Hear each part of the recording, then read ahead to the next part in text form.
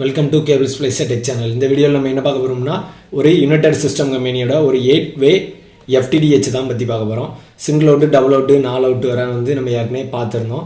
இது 8 out FTTH. இது எந்த அளவுக்கு வேலை செய்யுது அப்படின்னு இது 1100 to 1600 nm வேவ்லென்த் வரை சப்போர்ட் பண்ணோம். அதாவது இது ஒரு FTTH கன்வெர்ட்ரு, ஃபில்டர் கன்வெர்ட்ரு கிடையாது, FTTH தான்.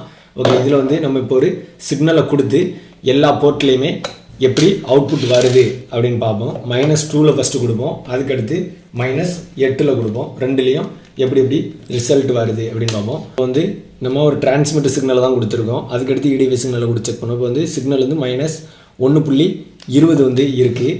இதை டைரெக்டாக இதோட ஆப்டிக்கல் இன்புட்டில் கொடுத்துருவோம். இப்போ இந்த 8 அவுட்லேயும் எவ்வளோ அவுட்டு வருது அப்படின்னு 1 by 1 பார்ப்போம். அதுக்கு டிவிசர் C30 மீட்டர் எடுத்துருக்கோம். செக் பண்ணதுக்கு ஒரு ஒயரு. இது பவர் இல்லாமல் வேலை செய்த நோடு தான். அதனால் எந்த அளவுக்கு அவுட்புட் இருக்குன்னு தெரில, செக் பண்ணி பார்ப்போம். ஃபஸ்ட் அவுட்டில் இருந்து பார்ப்போம்.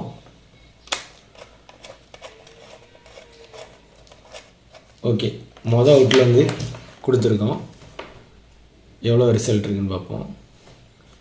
49.34 இருக்குது. கிட்டத்தட்ட இதிலேருந்து வர ஆப்டிக்கல் பவர் 40 MER வரும். ஆனால் இதில் 34 MER வருது. உங்களுக்கு சந்தேகனாலும் இப்போ நான் லைவாகவே வேறு இன்னொரு சிங்கிள் அவுட்டு FTTH போட்டு கூட செக் பண்ணி காட்டுறேன்.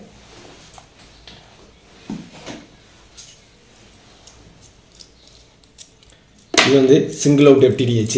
அப்படியே இதை எடுத்து இதில் கொடுப்போம். அப்போ 8 அவுட்டுங்கும்போது RFும் ஸ்ப்ளிட் ஆகிடுது, MERமே கம்மி ஆகிடுது. டைரெக்டாகவே இதில் கூட அடித்து பார்த்துக்குவோம்.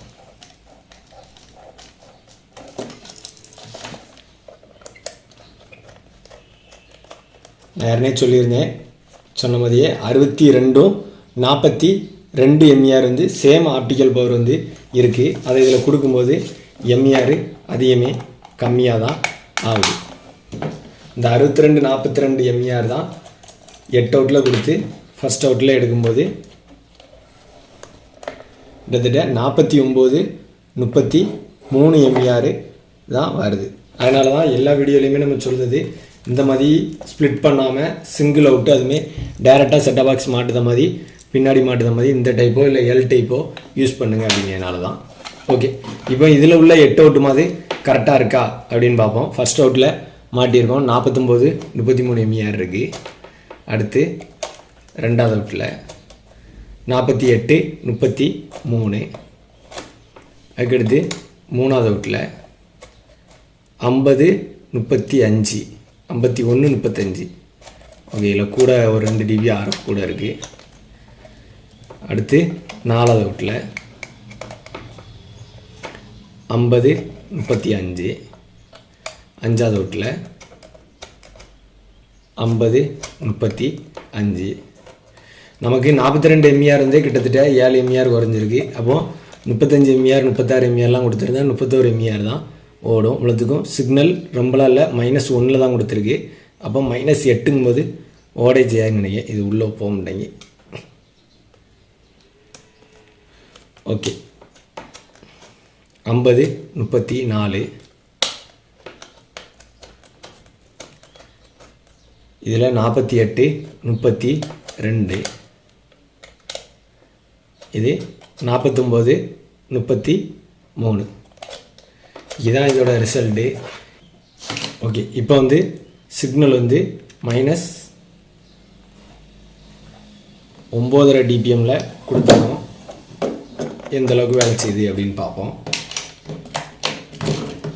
ஆனால் எல்லா கம்பெனியோட ரெக்கமெண்ட் சிக்னல் 0 to -1 தான். அதனால் யாரும் -9 -8லாம் கொடுக்கணும்னு அவசியம் இல்லை. இருந்தாலும் நிறைய பேர் கமெண்ட் பண்ணதுனால அதோட ரிசல்ட்டை பார்ப்போம். இதில் அவுட்புட்டே வரல, 31 dB லெவல் மட்டும் தான் வருது, MER எதுவுமே வரல.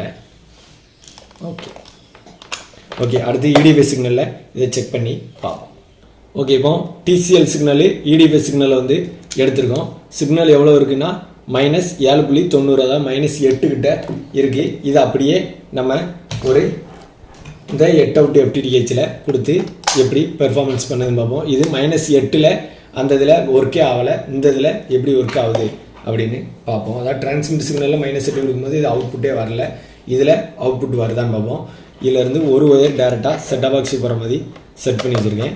இன்னொரு அவுட்டை மீட்ரு கொடுத்துக்கிடுவோம். ரெண்டுலேயுமே எவ்வளோ வருதுன்னு பார்ப்போம். செட்டாப் பாக்ஸ்லேருந்து HDMI கேப்சர் கார்டு வழியாக இங்கே படம் கேப்சர் ஆகிட்டு இருக்குது. செட்டாப் பாக்ஸ்லேருந்து சன் டிவி ஒழுங்காக ஓடிட்டுருக்கு. இருந்தாலும் மீட்டரில் எவ்வளோ அவுட்புட் வருது அப்படின்னு பார்ப்போம். ஓகே, இது வந்து ஃபஸ்ட்டு ஸ்டார்டிங் ஃப்ரீக்வன்சியில் கொஞ்சோண்டி சிக்னல் வந்துக்கிட்டு இருக்குது. அதனால் இங்கே படம் வருது. இந்த 8 அவுட் FTTH பொறுத்தவரை -2லே ஓரளவு தான் பெர்ஃபார்மன்ஸ் பண்ணுது.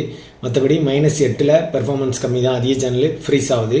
அதனால் இந்த மாதிரி 8 அவுட் வந்தோட என்னை பொறுத்தவரை சிங்கிள் அவுட் வாங்கி போடுறது தான் என்றைக்குமே பிரச்சனை இல்லாமல் ஓடிட்டு இருக்கும். 2 அவுட்டோ 3 அவுட்டோ எதுனாலுமே லாஸ் ஆகிட்டே தான் இருக்கும். மறுபடியும் RFல கொண்டு போகும்போது இவ்வளோ கிட்ட உள்ள RFல இவ்வளோ லாஸ் ஆகுது. அதனால் அதிக தூரம் நீங்கள் இதிலேருந்து RF கொண்டு போனீங்கன்னா அதிக பிரச்சனைகள் இருக்கும். ஸோ அதனால் இந்த மாதிரி ப்ராடக்ட் வாங்குறதை அவாய்ட் பண்ணிவிடுங்க. மேலும் இது போன்ற டெக்னிக்கல் தகவல்களுக்கு நமது கேபிள் ஸ்பைசர் சேனலை சப்ஸ்கிரைப் பண்ணி சப்போர்ட் பண்ணுங்கள். தேங்க்யூ.